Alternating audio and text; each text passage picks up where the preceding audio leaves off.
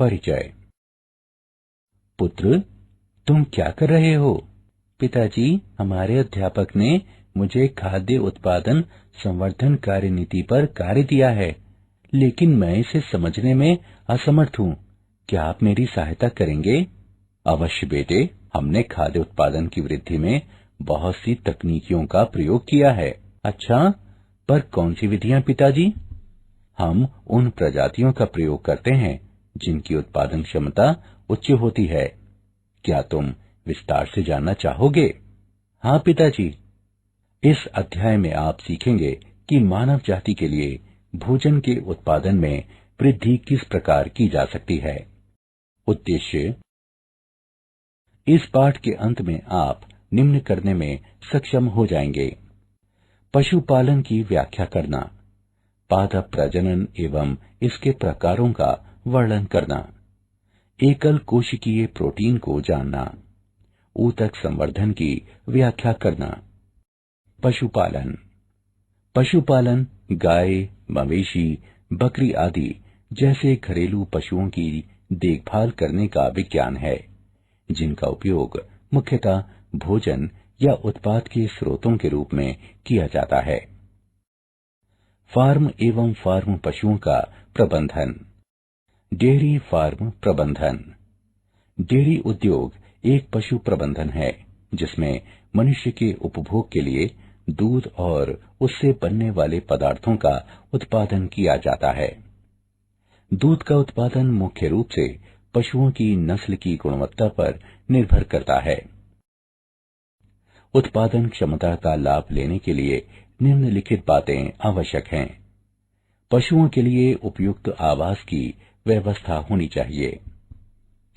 चारे की मात्रा व गुणवत्ता को ध्यान में रखते हुए पशुओं को भोजन वैज्ञानिक ढंग से दिया जाना चाहिए। पशुओं को प्रचुर मात्रा में पीने का पानी उपलब्ध होना चाहिए। पशुओं की देखभाल इस तरह हो कि वे रोग मुक्त रहें। पशुओं एवं उनके पालकों दोनों की गहन स्वच्छता और साफ सफाई बहुत आवश्यक है। कुक्कुट पोल्ट्री फार्म प्रबंधन। कुक्कुट आदि से तात्पर्य उन पालतू पक्षियों से है जिनका उपयोग भोजन अथवा उनके अंडों के लिए किया जाता है। कुक्कुट आदि में खास तौर पर मुर्गा, मुर्गी एवं बत्तख और कभी कभी टर्की तथा कलहंस आते हैं। कुक्कुट पालन प्रबंधन के मुख्य घटक इस प्रकार हैं। रोग मुक्त एवं उपयुक्त नस्लों का चयन, पक्षियों के लिए समुचित दाने एवं पानी की व्यवस्था, फार्म के लिए उचित एवं सुरक्षित वातावरण, पक्षियों की साफ सफाई और स्वास्थ्य देखभाल।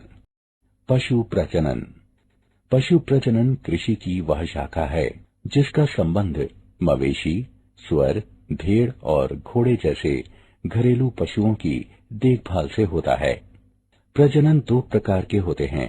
अंतः प्रजनन, इसका अर्थ समान नस्ल के भीतर सघनता से संबंधित पशुओं का संयोग कराना है।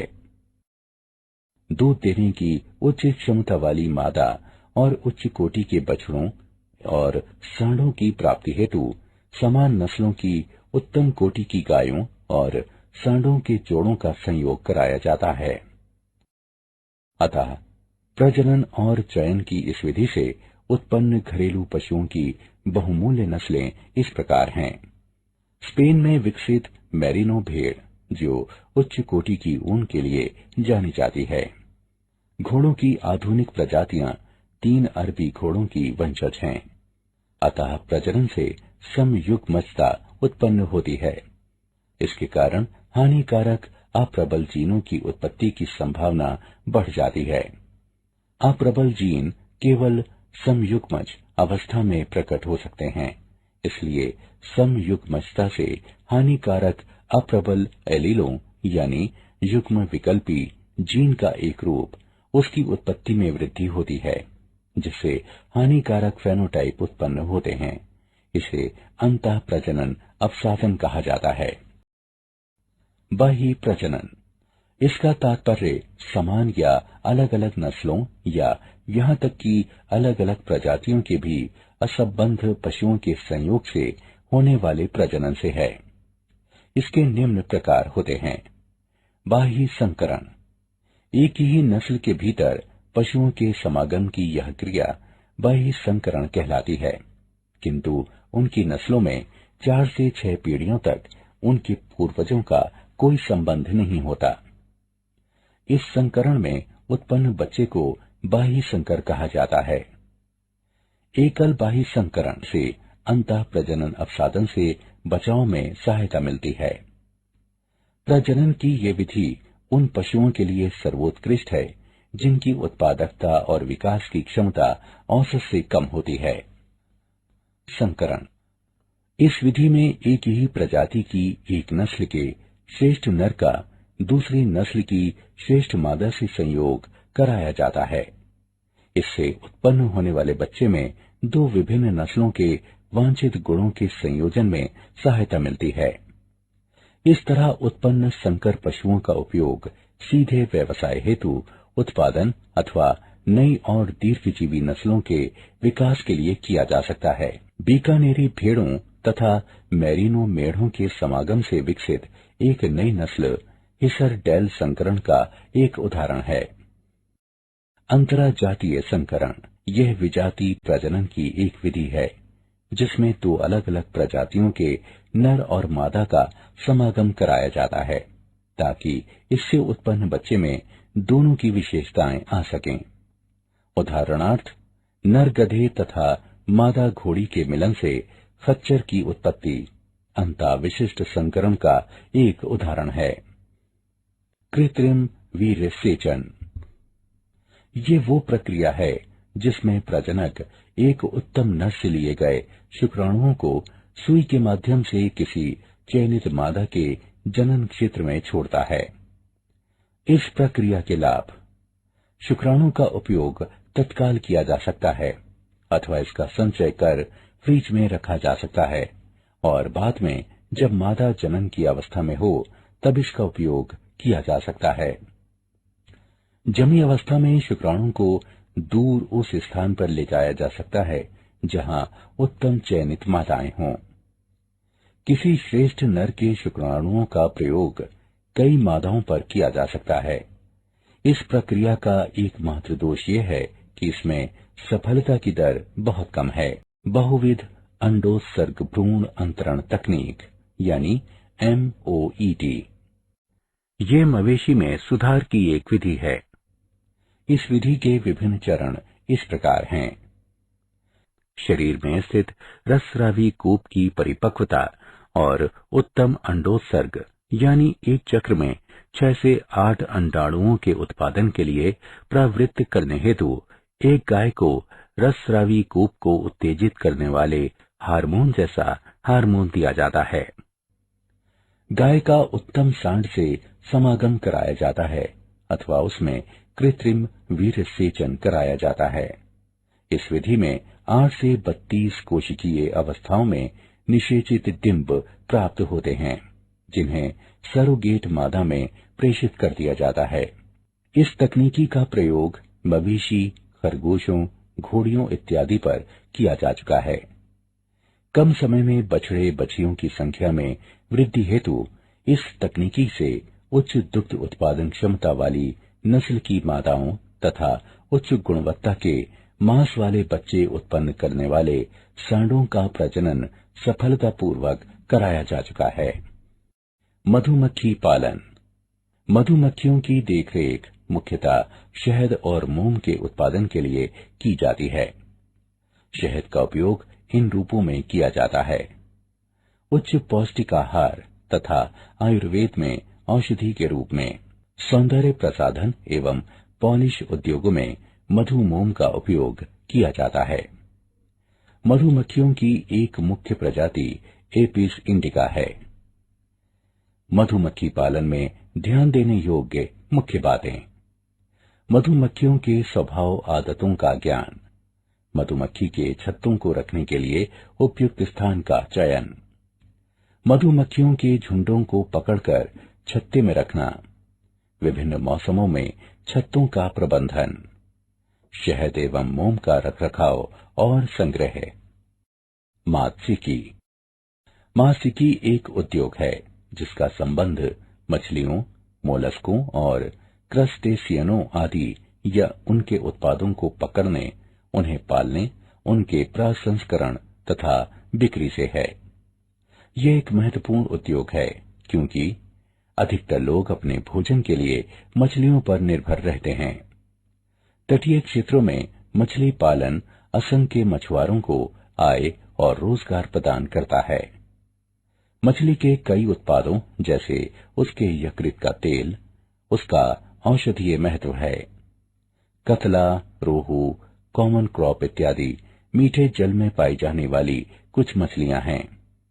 हिल्सा, सार्डिन इत्यादि समुद्र में पाई जाने वाली कुछ सामान्य मछलियां हैं। पादप प्रजनन। पादप प्रजनन विज्ञान की वो शाखा है जिसका संबंध पेड़ पौधों को मानव जाति के अनुकूल बनाने हेतु उनके परिवर्तनशील जेनोटाइपों से होता है। पादप प्रजनन के उद्देश्य उच्च फसल, गुणवत्तापूर्ण विशेषताओं में सुधार, रोगों से बचाव, कीट अथवा नाशक जीव से बचाव, उपज क्षेत्र का विस्तार। फसल की एक नई आनुवंशिक नस्ल के प्रजनन के मुख्य चरण इस प्रकार हैं। परिवर्तनशीलता का संग्रह है।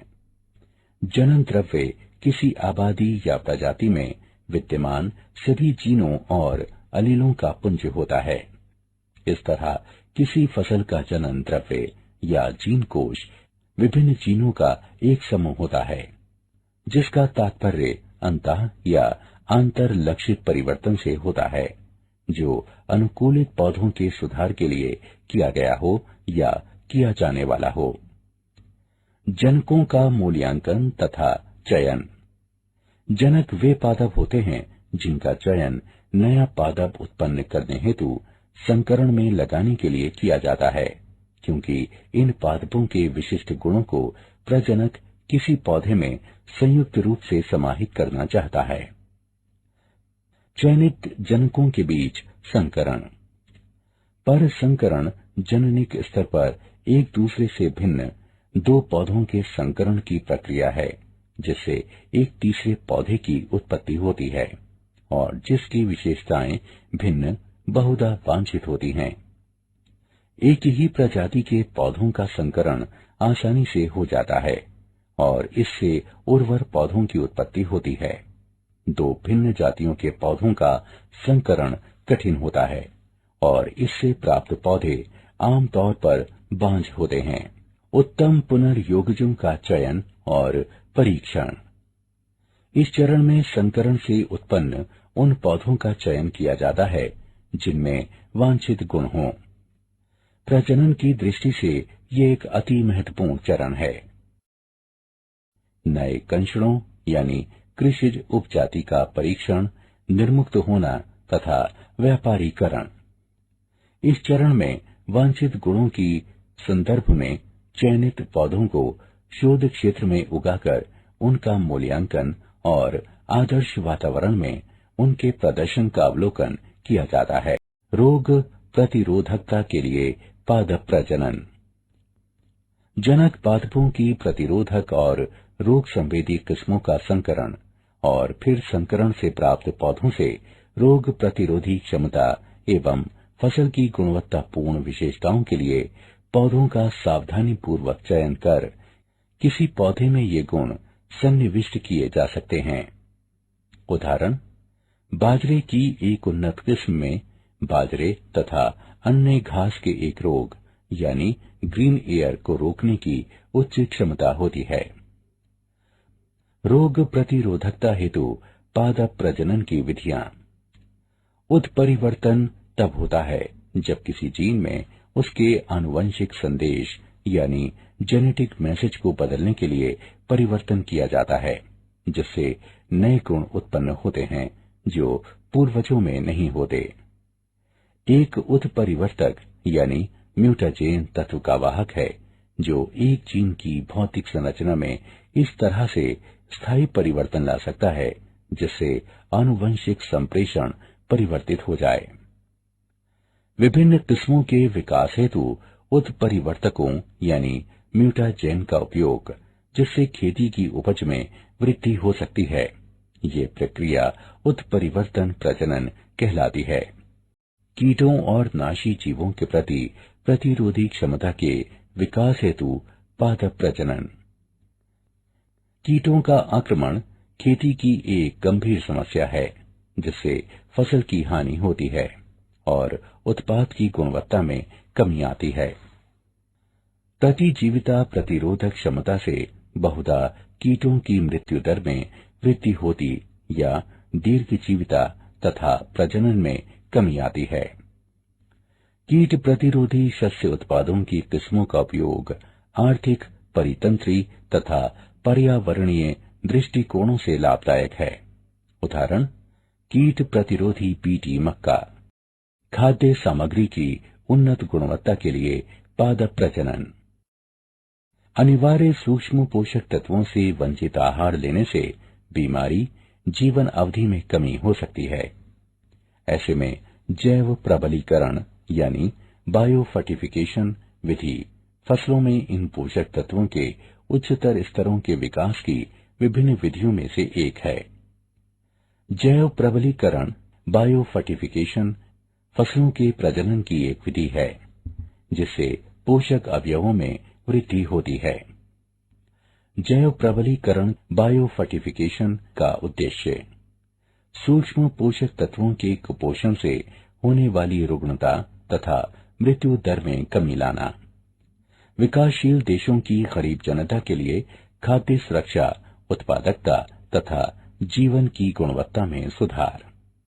एकल कोशिका प्रोटीन एससीपी शैवाल, यीस्ट, कवक या बैक्टीरिया से प्राप्त होने वाले प्रोटीन को एकल कोशिका प्रोटीन यानी एससीपी कहते हैं। एससीपी में पूरक प्रोटीन के एक विशाल स्रोत में विकसित होने की क्षमता होती है, जिसका उपयोग पशुधन के चारे में किया जा सकता है। यीस्ट एससीपी का एक स्रोत है। यीस्ट के लाभ: आकार बैक्टीरिया से बड़ा होने के कारण फसल के लिए आसान, मैलिक एसिड का उच्च स्तर, लाइजीन का उच्च स्तर, पीएच के अम्लीय मान पर भी फसल संभव। मूल्यांकन: आगे बढ़ने से पहले हम देखेंगे कि आपने क्या सीखा। सही विकल्प को उठाकर उसके संगत स्थान पर रखें। क्या आप जानते हैं, विशाल बीज कंपनी सिंजेंटा ने इस वर्ष कोलोराडो से ओहियो और केंटुकी से मिनेसोटा तक की समस्त कॉर्न बेल्ट में 800 भूखंडों पर अपनी एग्रीश्योर आर्टिजियन पद्धति शुरू की है, जहां किसान अन्न उगाते हैं। सिंजेंटा चीन ब्लू प्रिंटिंग कार्यक्रम में गंभीर सूखे की स्थिति में कई संकर प्रजातियां विकसित की गई हैं। सारांश: आइए हमने जो कुछ सीखा है उसे संक्षेप में दोहराएं। पशुपालन घरेलू पशुओं जैसे गाय, मवेशी, बकरी आदि की देखभाल करने का विज्ञान है, जिनका उपयोग मुख्य रूप से खाद्य सामग्री या उत्पाद के स्रोत के रूप में किया जाता है। मानव भोग हेतु दूध एवं दुग्ध उत्पादों के लिए पशुओं का प्रबंधन डेयरी उद्योग कहलाता है। पोल्ट्री से तात्पर्य उन पालतू पक्षियों के संवर्ग से है जिनका उपयोग भोजन अथवा उनके अंडों के लिए किया जाता है। पशु प्रजनन कृषि की वो शाखा है जिसका संबंध घरेलू पशुओं जैसे मवेशी, सुअर, भेड़ और घोड़े आदि की देखभाल और प्रजनन से है। प्रजनन दो प्रकार के होते हैं: अंतः प्रजनन। प्रजनन की इस विधि में एक ही नस्ल के भीतर सघनता से संबद्ध पशुओं का समागम कराया जाता है। बाह्य प्रजनन, ये एक ही नस्ल के असंबंधित पशुओं या विभिन्न नस्लों के पशुओं अथवा विभिन्न प्रजातियों के पशुओं का आपस में मिलन करवाने को संदर्भित करता है। इसका तात्पर्य प्रजनन की उस विधि से है जिसमें एक ही नस्ल के या विभिन्न नस्लों या फिर प्रजातियों के असंबद्ध पशुओं का संयोग कराया जाता है। मधुमक्खी पालन मुख्यतः शहद एवं मोम के उत्पादन के लिए किया जाता है। मात्स्यिकी एक प्रकार का उद्योग है जिसका संबंध मछली, सीपियों यानी मोलस्क, कवच युक्त जीवों यानी क्रस्टेशियन आदि को पकड़ने, उनका प्रसंस्करण तथा उनकी बिक्री से होता है। पादप प्रजनन विज्ञान की वो शाखा है जिसका संबंध पेड़ पौधों को मानव जाति के अनुकूल बनाने हेतु उनके परिवर्तनशील जेनोटाइपों से होता है। उत्परिवर्तन तब होता है जब किसी जीन में उसके आनुवंशिक संदेश यानी जेनेटिक मैसेज को बदलने के लिए परिवर्तन किया जाता है, जिससे नए गुण उत्पन्न होते हैं जो पूर्वजों में नहीं होते। जैव प्रबलीकरण यानी बायो फर्टिफिकेशन फसलों के प्रजनन की एक विधि है जिससे पोषक अवयवों में वृद्धि होती है। शैवाल, यीस्ट, कवक या बैक्टीरिया से प्राप्त होने वाले प्रोटीन को एकल कोशिका प्रोटीन यानी एससीपी कहते हैं।